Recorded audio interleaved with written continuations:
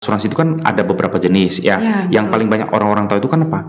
Asuransi kesehatan. Kalau sakit tinggal pakai kartu, gesek di rumah sakit udah bisa klaim. Iya, betul. Nah, terus ada asuransi jiwa. Maaf nih, kalau meninggal dunia ada dapat uang santunan. Iya. Nah, sebenarnya di asuransi ini apa sakit apa gimana? Iya. Ternyata diperiksa usbuntu dan usbuntu harus dioperasi dan tercovernya lumayan loh. Lumayan. Baru dia bilang, Frank, ternyata anak-anak juga bisa sakit ya. Selagi sehat dan lu bisa menyisihkan uang, sisihkanlah 10% sampai 15% dari penghasilanmu untuk melindungi 100% penghasilanmu. Karena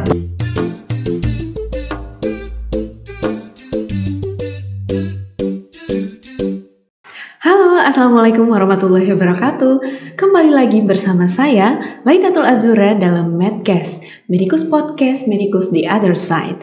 Nah, kali ini kita kedatangan tamu yang luar biasa, narasumber dari... Nah, kalian harus tahu kalau kita bahas tentang yang sekarang ini itu memang beda dari podcast sebelumnya. Nah, kita bahas tentang asuransi, tapi narasumber kita adalah seorang dokter. Nah, gimana tuh teman-teman? Dari dokter bisa jadi seorang agen asuransi. Langsung aja kita panggil narasumber kita, Dr. Frank Wijaya. Halo dokter. Halo Jura. Apa kabar dokter? Baik, luar biasa. Sehat ya dok ya? Sehat. Dokter sekarang lagi sibuk apain? Saya fokusnya lebih banyak ke pengembangan bisnis saya di asuransi. Tapi memang backgroundnya dokter ya dok? Background saya dokter. Jadi sebelum saya tamat dokter, ya saya udah berkecimpung di bisnis asuransi sampai hari ini. Sebelum menjadi dokter? Ya. Oke, berarti ini cukup ini ya teman-teman, karena dari dokter bisa menjadi agen asuransi. Nah gitu dok. Teman-teman, kita langsung tanya aja sama Dr. Frank Wijaya, sebenarnya apa sih asuransi itu dok? Oke, asuransi itu adalah sebuah alat. Nah, alat untuk mentransfer resiko finansial, resiko keuangan, apalagi ya dalam kehidupan nih, dari kita lahir sampai yang namanya meninggal dunia. Meninggal itu kan pasti akan pasti. Iya.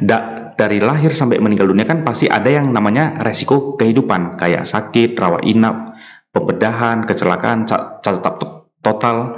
Nah, efek dari sakit itu apa? Efek finansial sebenarnya. Iya, benar. Itu Jura. Nah, jadi asuransi itu merupakan alat untuk mentransfer resiko finansial itu. Nah gitu, berarti itu adalah suatu alat ya dok ya, itu sangat penting ya. Sangat penting, iya. Nah sebenarnya teman-teman, untuk kita memilih asuransi ini, atau sebelumnya Dr. Frank pasti ada motivasi kenapa bisa memilih sebagai agen asuransi. Padahal sebenarnya dokter adalah seorang dokter, nah gitu. Rata-rata kan banyak yang mungkin lanjut sekolah gitu ya dok ya. Nah jadi apa yang memotivasi dokter gitu ya? Oke, thank you ya Jura ya. Iya. Nah, kayak gini Jura, kalau ditanya, Frans, kamu ada cita-cita mau jadi dokter, jadi agen asuransi nggak, mau jadi pebisnis di asuransi nggak? Sama sekali saya tidak pernah bercita-cita jadi itu, dan bahkan di kuliah kita itu tidak ada yang namanya fakultas asuransi loh. Tapi hari ini saya bisa full time, full heart membangun grup bisnis saya besar di asuransi itu. Saya percaya ada satu hal, bukan karena kebetulan, tapi karena pilihan saya juga. Nah, yang memotivasi saya itu ialah ketika dulu saya mau tamat dokter, kan saya jaga di rumah sakit ada Malik ya, jaga malam. Nah, di saya ngobrol kongko-kongko dengan abang senior saya, jaga-jaga apa gimana. Saya tanya, bang, gaji dokter berapa? Nah, jadi senior saya tersenyum, Frans, gaji kami gede loh, 30 juta per bulan pada saat itu ya, tahun 2009 ya. Wah, keren ya. Nah, Frans, tapi nolnya kurang sebiji. Wah, saya jadi terkejut. Wah, ini problem juga ya kan. Nah, pada saat itu saya cari tahu kira-kira bisnis apa sih yang tanpa modal bisa saya kerjakan tanpa terikat waktu. Saya tetap bisa kuliah, saya bisa koas, tapi saya bisa menghasilkan cuan. Iya, betul. Nah, akhirnya saya pilihlah di Prudential. Nah, pada saat saya pilih itu pun bukan saya langsung tahu Prudential, enggak loh. Nah, sebenarnya saya diajak jadi pebisnis di asuransi itu sudah 2 tahun yang lalu, tahun 2007. Nah, ketika itu tahun 2007 itu saya jadi nasabahnya Prudential dulu. Sesudah saya jadi nasabah di Prudential, saya diajak, Fran, lu mau nggak bisnis yang tanpa modal? Dalam waktu 5 tahun, kamu bisa create passive income 100 juta per bulan. Terus dalam hati saya, Gak mungkin kita kuliah kedokteran yang dapat subsidi pemerintah aja itu harus keluar biaya loh. Iya. Ini masa ada sih bisnis yang tanpa modal tapi lu bisa cuannya 100 juta per bulan? Aku bilang enggak. Tapi singkat cerita, karena perubahan terus terjadi dan ketika saya koas dan saya banyak belajar dan saya banyak kenal dengan senior, guru-guru dan lain-lain, saya bertanya kira-kira profesi dokter kayak gimana? Pertanyaannya, dokter bagus nggak? Sangat bagus banget. Tapi kalau saya mau cari cuan yang gede, saya harus bisnis. Iya, betul. Itu sih Jura. Itu yang sangat memotivasi ya, Dok. Ya, benar. Apakah ada hal lain mungkin sebelumnya, tapi hanya itu saja berarti, Dok ya? Prinsipnya kayak gini Jura.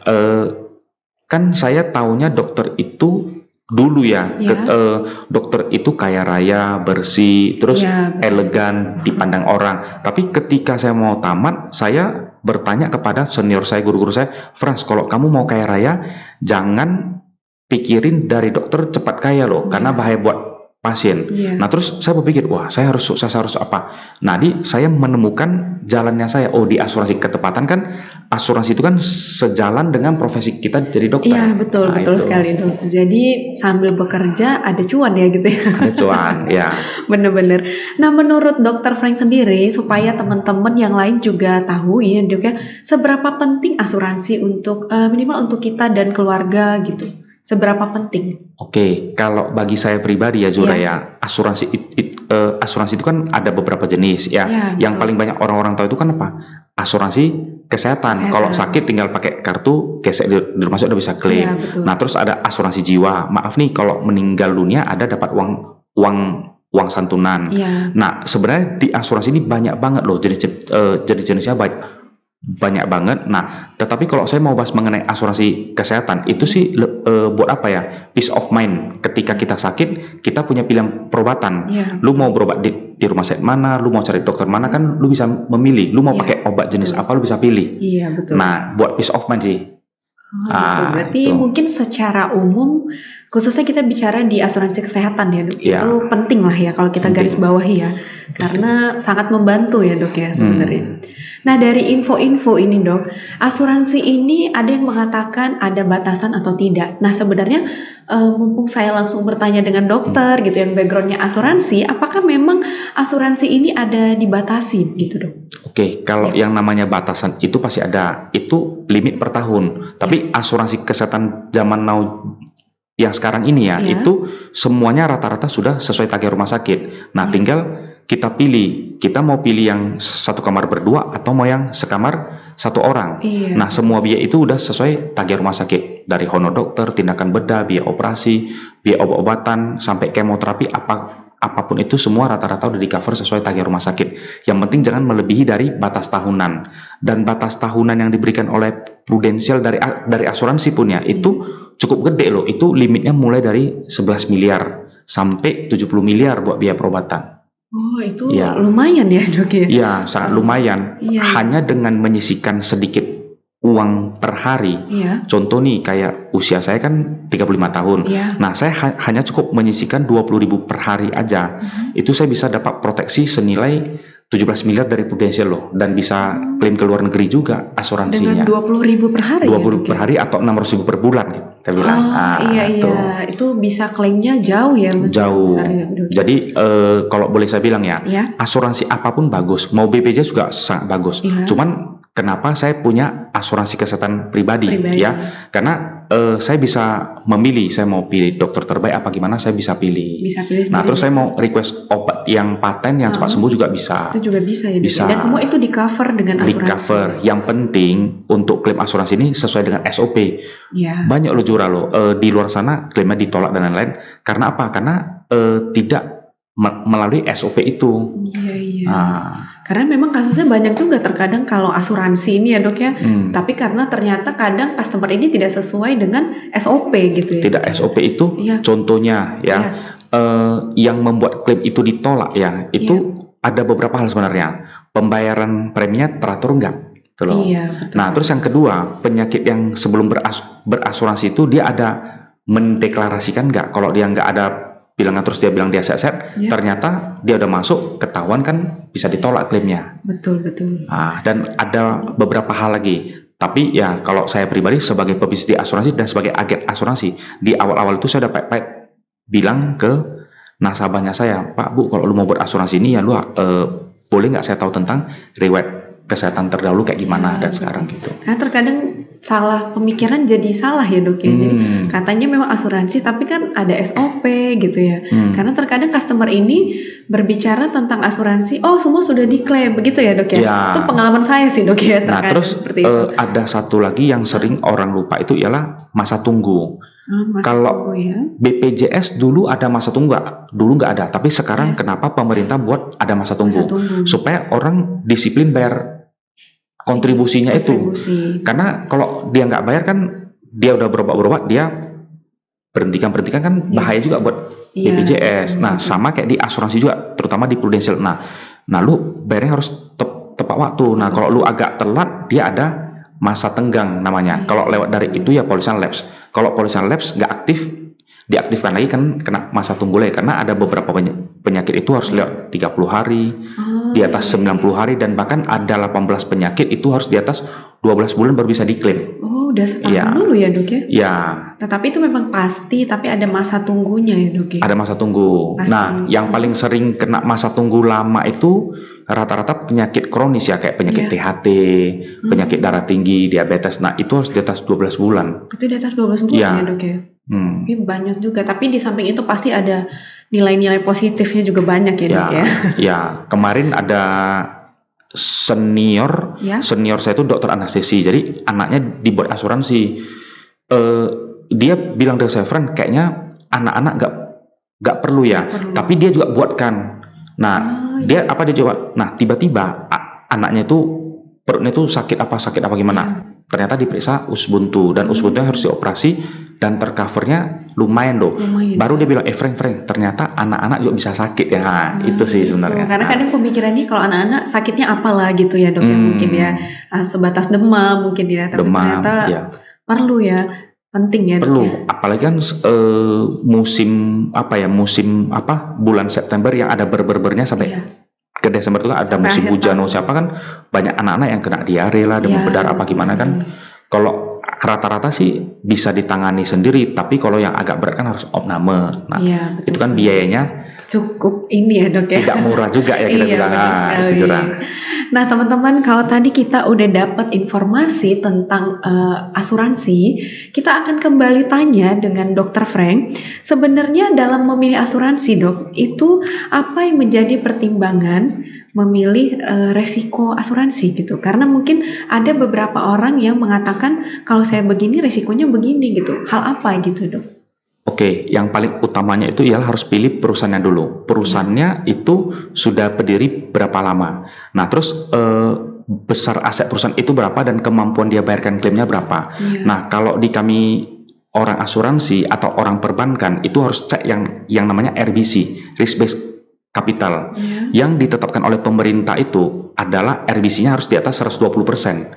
Nah, 120% itu artinya apa? Contoh nih, kewajiban asuransi itu bayar klaimnya adalah 10 miliar. Nah, berarti perusahaannya itu harus punya dana cadangannya 12 miliar, harus di atas 100%, itu harus di atas 120%. Nah, ini saya harus cek dulu RBC-nya berapa. Nah, saya selalu pilih perusahaan yang RBC di atas 3 kali lipat. Nah, salah satunya perusahaan yang saya bernaung ini di Prudential itu ya menurut saya sih sudah proven ya, terbukti dia berdiri dari tahun 1848, dari Perang Dunia Pertama, 2, sampai Krismon, sampai Covid pun sampai hari ini tetap yang namanya Prudential juga. Itu yang pertama. Nah, terus yang kedua saya lihat produknya. Yang pertama kan saya lihat perusahaannya, yang kedua saya lihat produknya dulu.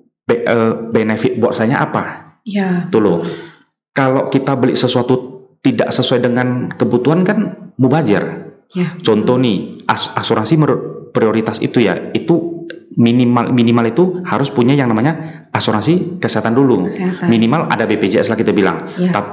Tapi kok lu mau punya pilihan terbaik ya lu boleh pakai Prudential, boleh pakai yang lain-lain juga. Nah, setelah punya itu baru nextnya apa lagi? Kondisi kritis, jiwa dan lain-lain. Tuh loh. Nah, tergantung kebutuhan.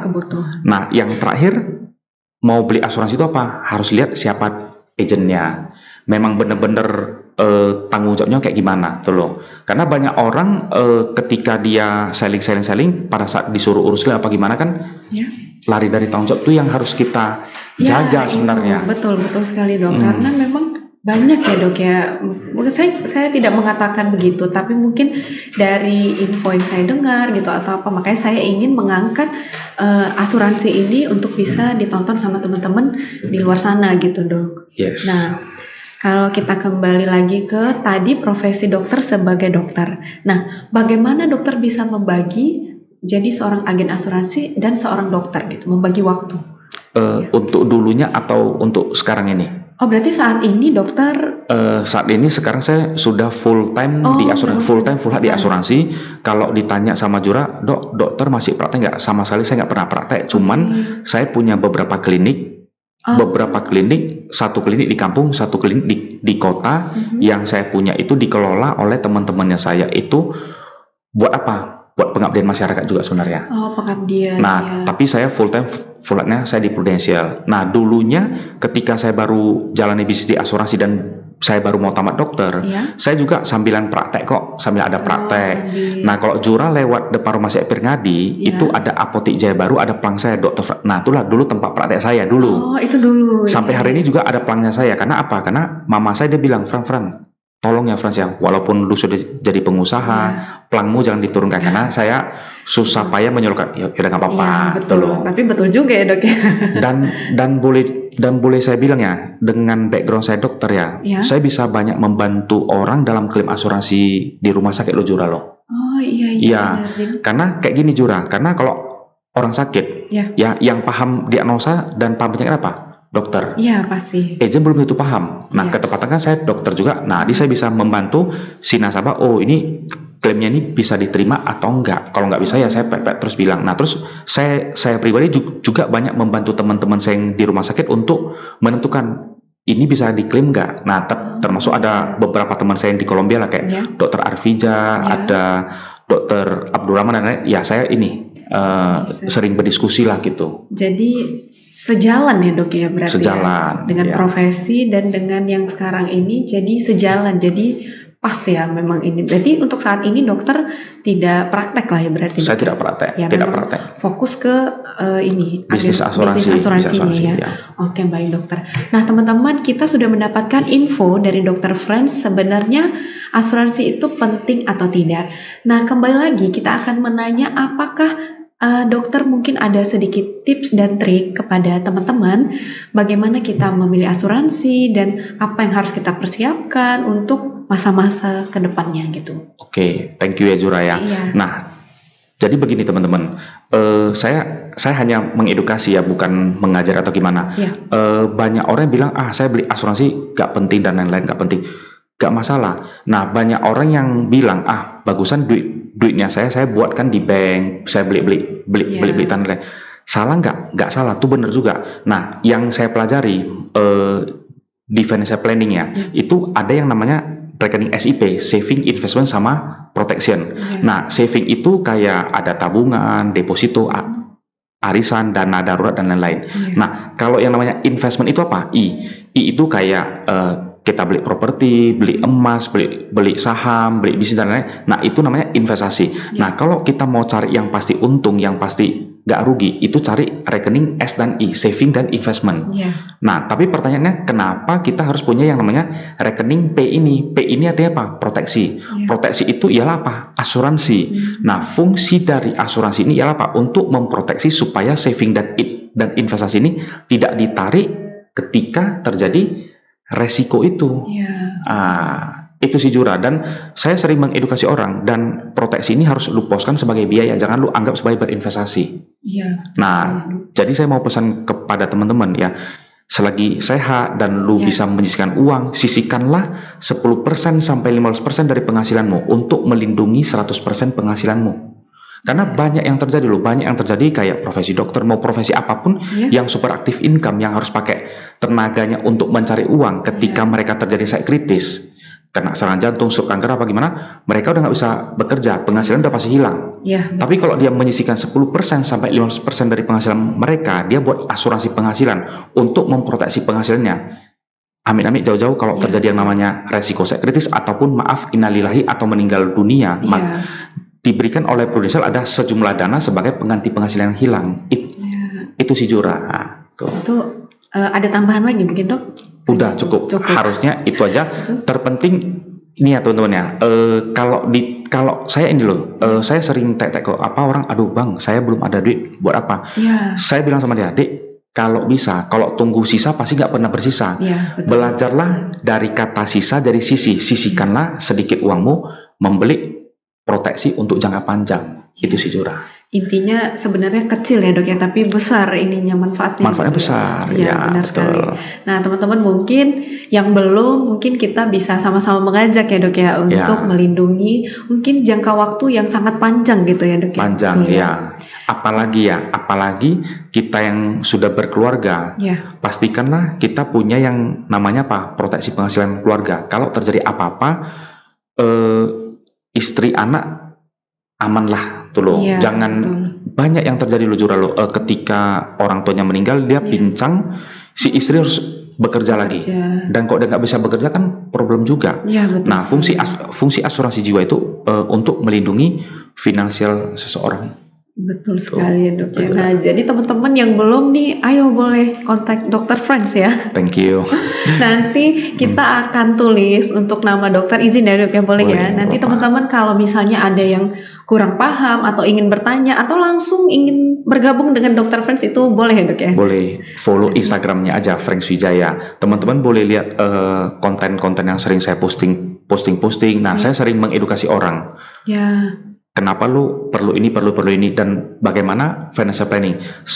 Selain sebagai pebisnis di asuransi, saya pribadi juga sebagai financial advisor.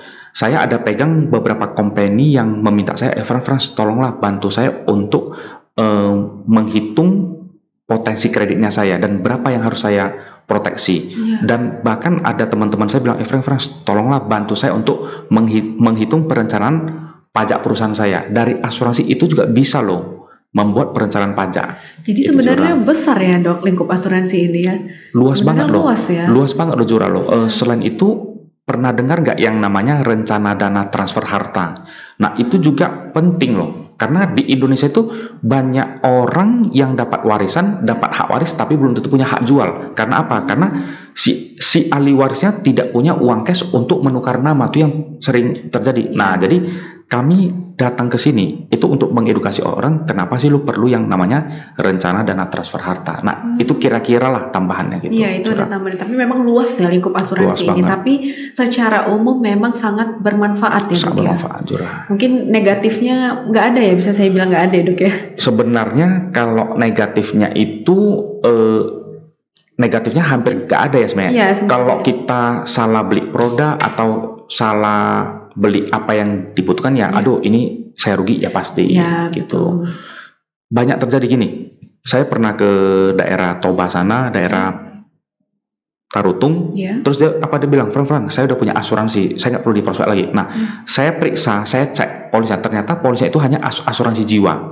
Nah, dikira si ibu-ibu itu bisa kalau dia sakit dia bisa pakai. Terus gue bilang, bu, mohon maaf, ini hanya cover, maaf kalau meninggal aja. Nah, jadi kalau kita punya asuransi itu harus dipastikan paham nggak dengan manfaat polis sebenarnya asuransi yang tersebut. Kita ini asuransi apa gitu ya? Sebenarnya asuransinya jiwa kah, kesehatan kah, atau gitu. apa? Itu kita harus paham ya. Ibarat kita beli ini beli McDonald ya kan, ada ayam, kentang apa gimana. Betul. Bungkusannya McDonald tapi entah dalamnya enggak gitu loh, kira-kira gitu. Kira-kira begitu. Nah, teman-teman, mungkin informasi dari Dr. Franz ini belum begitu panjang ya, Dok ya. Karena kalau kita bahas asuransi ini kan lingkupnya besar ya. Iya, besar. Lama lagi. Iya, masih lama dan ini kita punya keterbatasan waktu.